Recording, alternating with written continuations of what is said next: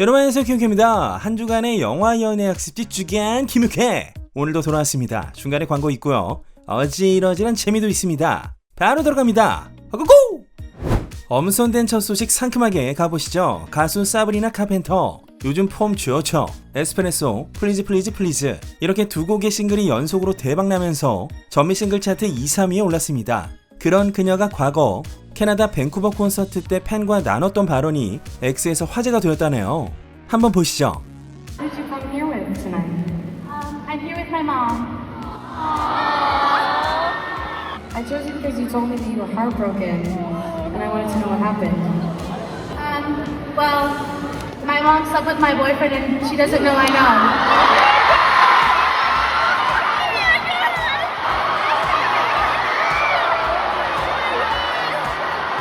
아주 일요일 오전을 장식하기에 딱 좋은 쇼크죠. 그런데 좀 더 긴 장면으로 보면 I'm so sorry. Your mom's here? Oh, I'm so sorry. So how would you say that you're feeling right now? Would you say that you're pretty sad? Or would you say that you're angry? Oh my god, this is so weird to ask because your mom's here. How old are you? I'm 21. Would you say that you're sad? Would you say that you're angry? Or would you say that you're pretty horny right now? Well, I slept with his dad, so...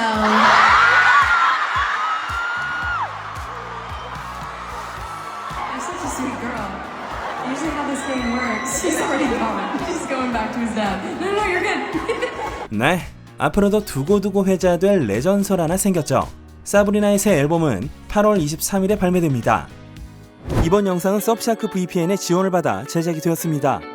VPN이 뭘까요? 이것은 일종의 앱으로 다운받고 클릭 한 방이면 여러분이 있는 국가를 바꿔줍니다. 사용하는 이유는 이런 거. 그리고 다양한 OTT들의 각국에만 있는 콘텐츠들을 감상할 수 있거나 현지 IP가 아니면 접속이 안 되는 쇼핑몰 접속, 구입, 결제까지 쌉 기능이죠. 혹시 보안이 걱정이시라면 정부와 군사 부처에서 쓰는 암호화와 동일한 수준이기 때문에 여러분의 개인정보까지도 가벽하게 숨겨줍니다. 뿐만 아니라 저 역시도 국내에서 리셀 가지고 사기엔 등골 빠개지는 스트릿웨어나 스니커즈들 직구 호롤롤로 때리면서 삶의 만족도를 높이고 있습니다. 잠깐 진짜 중요한 거. 야, 쟤 뭐냐?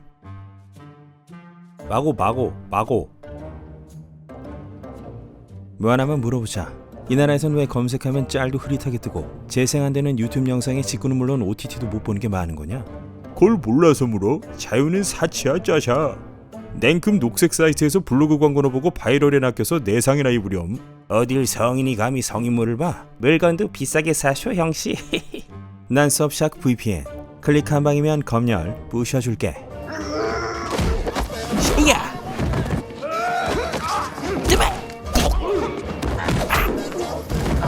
야, 또 막을 거야? 어? 자식이? 어? 뭘 원하시는데요? 영상 설명란과 고정 댓글에 있는 링크로 들어가서 프로모션 코드를 입력하면 4개월 무료 혜택을 빠방하게 준다고. 가입 오케이? Yes, sir. 지금 바로 아까고! 제가 좋아하는 가수를 한 명 소개합니다. 그레이시 에이브럼스라고 하는데요. 2019년에 데뷔했고 제66회 그래미상 최우수 신인상 후보였습니다. 무려 8살에 작곡을 시작했다죠. 제가 처음 보게 된 건 2022년 올리비아 로드리고 투어를 서포트할 때였고 얼마 전 테일러 스위프트의 투어에서도 오프닝을 맡았습니다. 노래 좋아요.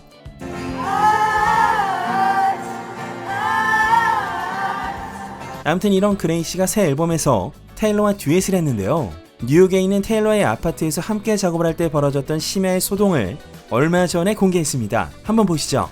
Wait, what do I do about this? Okay, you're gonna fire extinguish it, not water. This happened. So I cut this with a knife. I think we're gonna die. No, we're not gonna die. But you never put this out with water, you know that. Just press it. Bitch! Oh my god!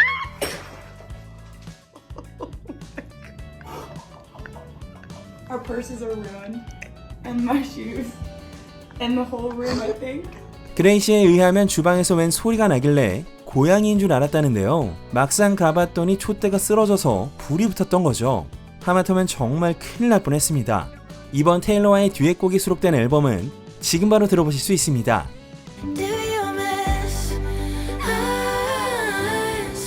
테일러를 보니 이 소식을 언급하지 않을 수 없네요. 가수 찰리 XCX가 얼마 전 브라질에서 공연을 했습니다만 이런 일이 있었네요.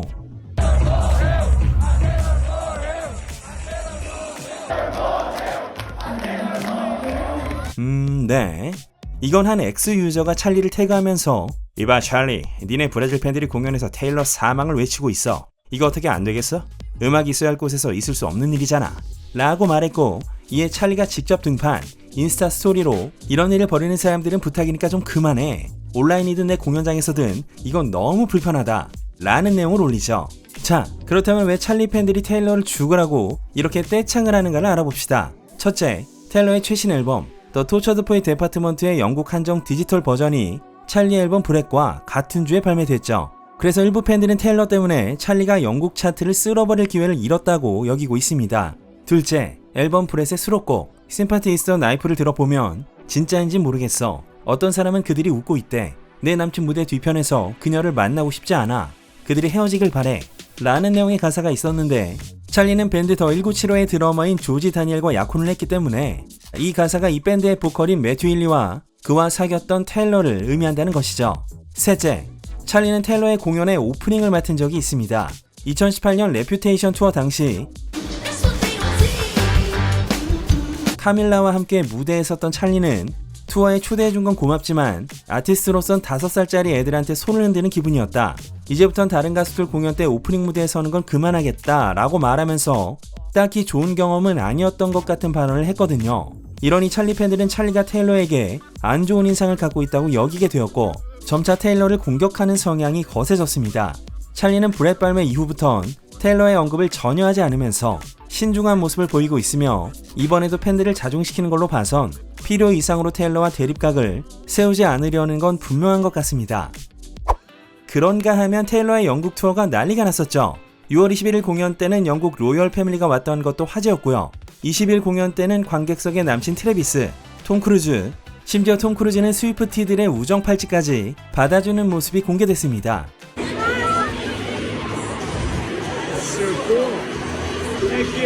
어우, 톰 형 엄청 기뻐 보이셔. 휴그랜트도 가족들과 공연을 보러 갔고 아주 만족했다는 코멘트를 X에 올렸고요. 자, 이 영상은 쉐키로프를 부를 때의 관객석인데요. 애쉬튼 커처와 밀라 쿠니스 부부 사이가 다시 좋아지고 있는 것 같고 이렇게 아들과 함께 있는 모습도 보였습니다.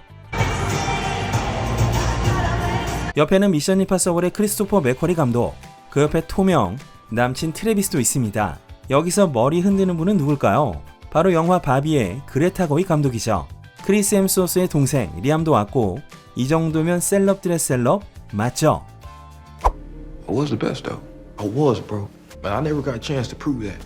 여친 폭행 재판에서 2건의 유죄, 2건의 무죄를 선고받고 마블에서 퇴출된 후 재기에 힘쓰고 있는 배우 조나단 메이저스가 임팩트 어워드에서 인내상을 수상했다는 소식입니다.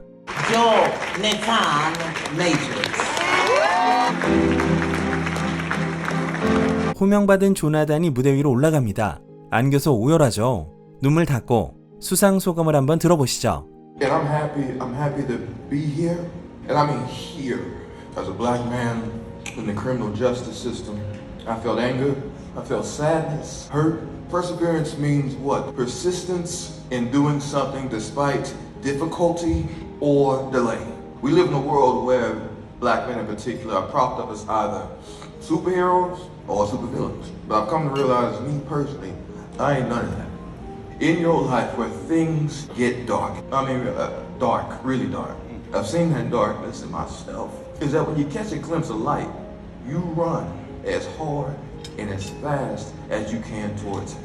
무려 17분에 달하는 이 수상소감대 조나단은 어려울 때 문자를 보내고 격려해준 윌 스미스와 타일러 페리, 우피 골드버거를 비롯해 자신을 지지해준 모든 사람들 한 명 한 명을 지목하며 감사를 표했고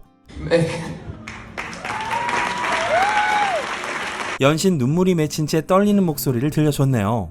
이 시상식은 헐리우드 언록드 임팩트 어워드라고 불리며 올해 4회째를 맞았는데요. 흑인 커뮤니티 안에서 지난 1년간 엔터 산업에 큰 영향을 미친 인물에게 상을 수여하는 자리로 카디비도 여기선 이렇게 차분한 화장과 옷을 입습니다. 곧 신작으로 돌아온다는 조나단. 과연 헐리우드 영화업계라는 큰 산을 다시 오를 수 있을지 주목이 되는 바입니다.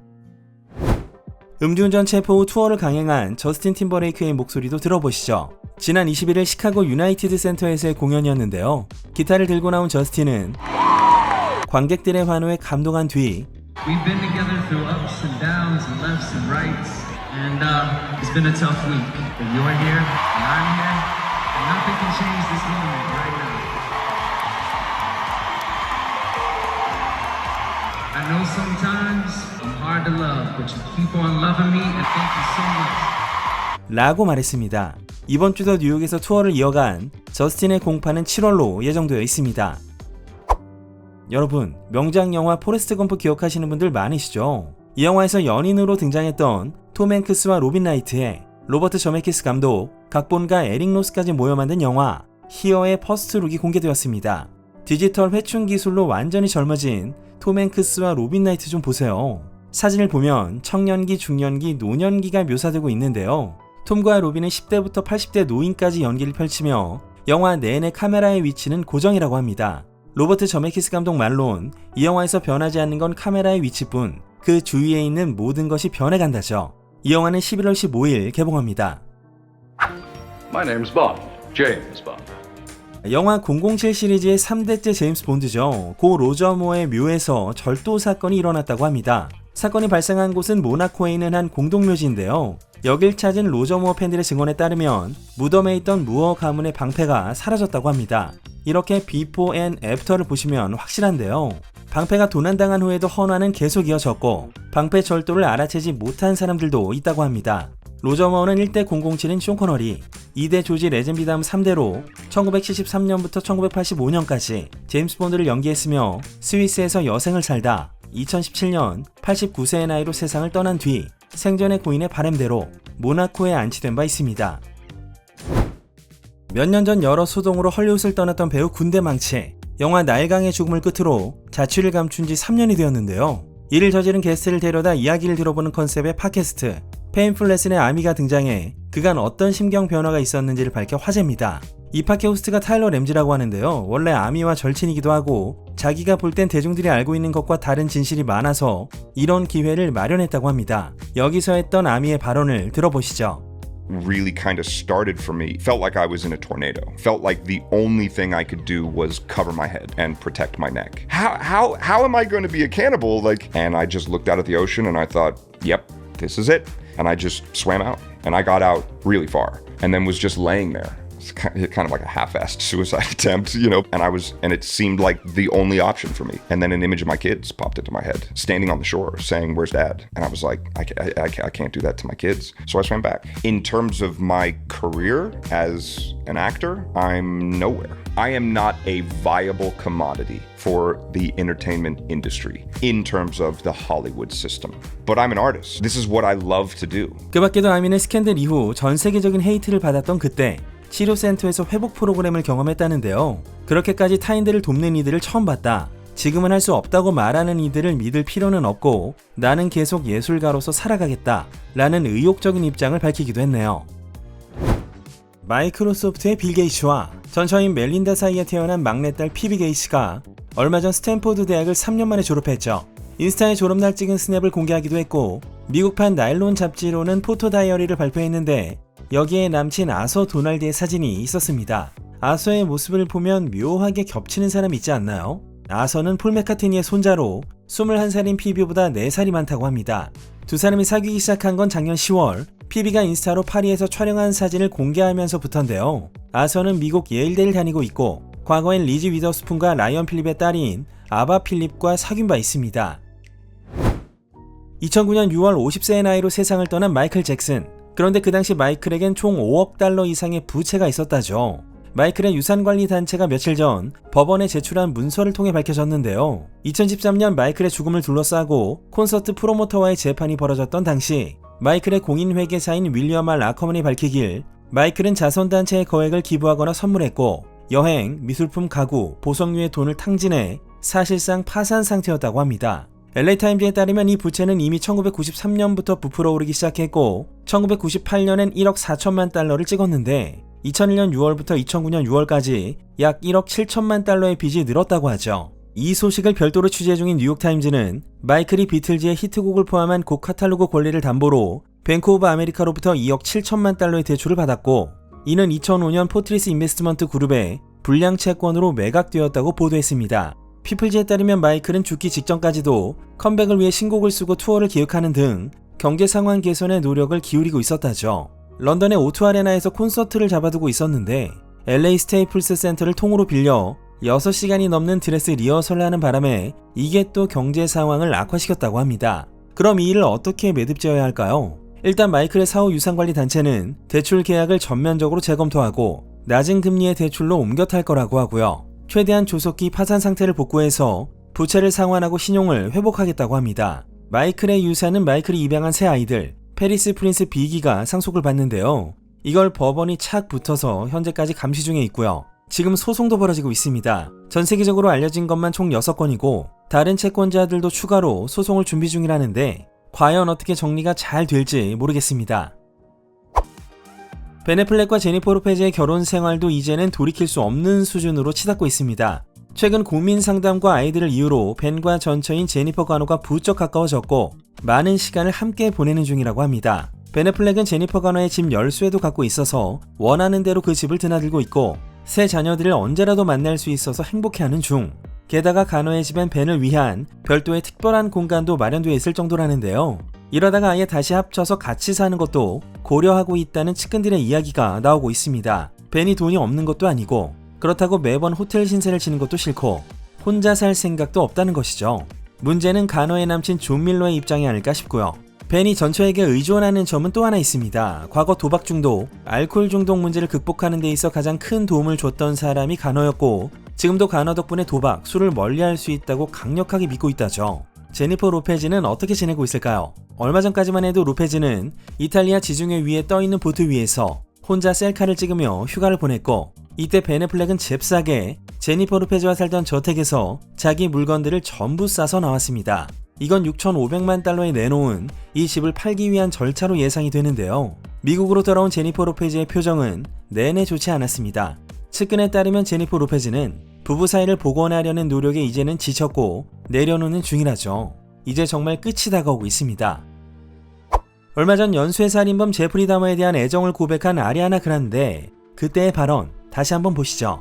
Years ago, before the Dahmer series, before it was in a Q&A with fans, with young fans. If you could have dinner with anyone living or dead, who would it be? And I was like, oh, you're so cute. Who, Mom and Dad, is it okay if I give the real answer? I guess, what's the answer? And I was like, I mean, Jeffrey Dahmer's pretty fascinating. I think I would have loved to have met him.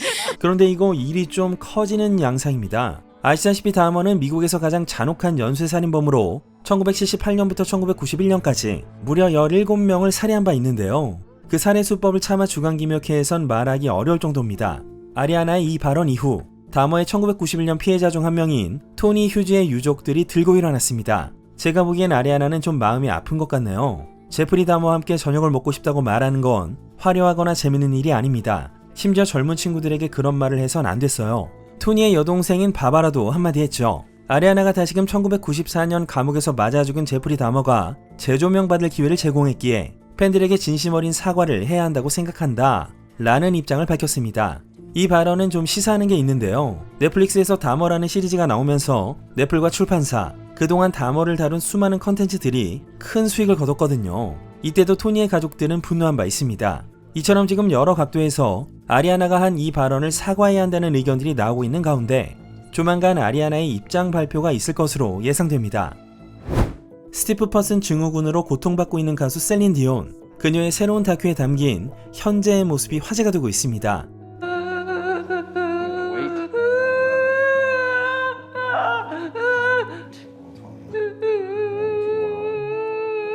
셀린은 자신이 겪고 있는 고통을 다른 누군가도 겪고 있다며 반드시 알려져야 한다고 생각해 이 모습을 공개했는데요. 근육 경력을 완화하기 위해 코 속에 스프레이를 분사합니다. 이런 일이 벌어질 때마다 너무 부끄럽고 스스로를 제어할 수 없는 상황을 어떻게 표현해야 할지 모르겠다고 말하면서도 용기를 내어 자신의 여정을 공개한 셀린의 다큐 IM은 아마존 프라임을 통해 보실 수 있고요. 지금 많은 화제를 모으고 있는 중입니다. 네, 오늘 순서는 니콜 키드먼과 키스 어반의 결혼 18주년 기념일자를 끝으로 마치도록 하겠습니다.